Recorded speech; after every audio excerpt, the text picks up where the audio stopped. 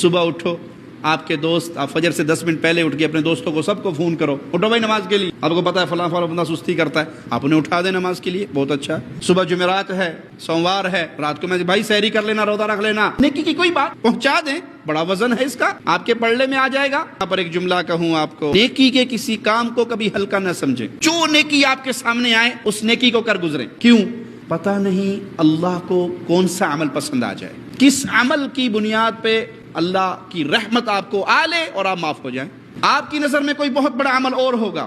زبیدہ نام کی تاریخ میں ایک مسلمان خاتون گزری ہے، اس نے نہر کھدوائی تھی حاجیوں کے لیے، مینا تک فوت ہو گئی، خواب میں آئی کسی کو، خواب میں ہی اس نے پوچھا کہ کیا بنا زبیدہ تمہارا، کیا ہوا؟ کہا اللہ نے معاف کر دیا۔ کہا ماشاء اللہ، اللہ نے معاف کر دیا، جنت دے دی؟ کہا ہاں جنت دے دی۔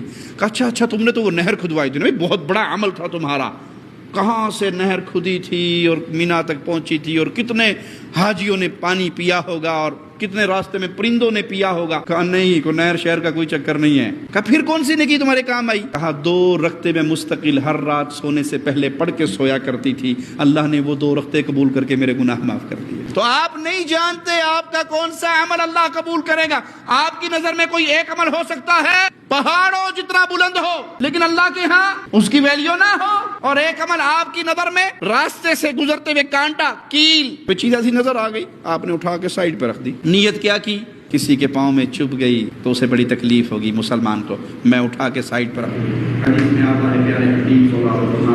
اللہ نے ایک شخص کے گناہ کو اس لیے زندگی بھر کے گناہوں کو معاف کر کے جنت دے دیا کہ اس نے راستے میں پڑے ہوئے کانٹوں کو اٹھا کے سائڈ پہ کر دیا تھا کہ کسی مسلمان کو تکلیف نہ ہو۔